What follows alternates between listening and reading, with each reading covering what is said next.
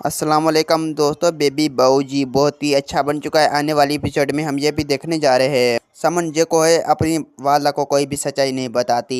दूसरी जाने बाद आदरा का पूरी कोशिश थी वलीद और समद का रिश्ता तय कर दे, लेकिन शादा ने शर्त ने सब कुछ खराब कर लिया और घर वाले भी चुप थे। इस रास्ते में वलीद भी नाराज है। जो ही किस्मत में होगा वही मिलेगा। दूसरी जाने बाद आदरा भी परेशान होते हैं। जब बीबी भाभी इसके सामने आती है, तुम्हारा दिल अच्छा हो गया, इसका ये मतलब नहीं तुम्हारे एरत गैरत सबका दिल अच्छा है। बहुत ऐसे हैं जो सफाज खिला रहे हैं और दिलों में दूरी पैदा करना चाहते हैं। अब ये आदराती जानती है अमी का रवैया किस तरफ है।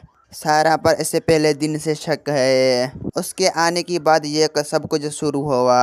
वलीद और कुरैशी साहब का सामना होता है। वलीद और कुरैशी साहब मुंह फेर लेते हैं और वो बात भी नहीं करते।